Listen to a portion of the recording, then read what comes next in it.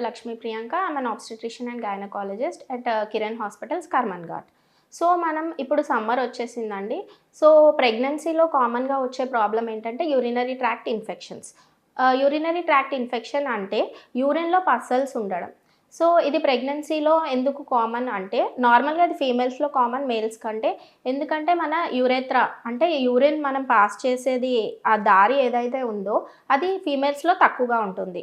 మేల్స్‌లో ఎక్కువగా పెద్దగా ఉంటుంది.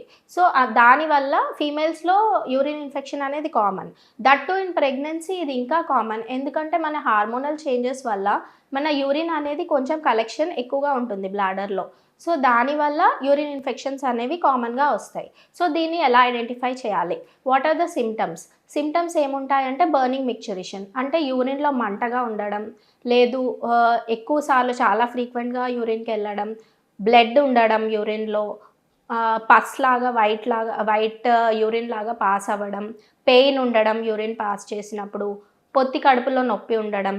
ఈ రీజన్స్ ఏమున్నా కూడా ఇవి these indicate that it is an urine infection in pregnancy.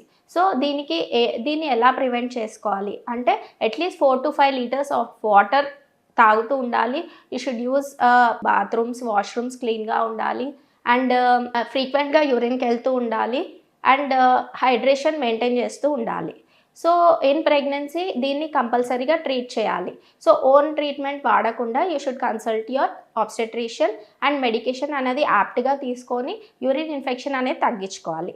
ఎందుకు అంటే ఈ యూరిన్ ఇన్ఫెక్షన్ వల్ల మనకి మిస్క్యారేజెస్, ప్రీటర్మ్ లేబర్ అయ్యే ఛాన్సెస్ ఉంటాయి. సో దీన్ని ప్రివెంట్ చేసుకోవడం అనేది very important to have a healthy pregnancy. Thank you.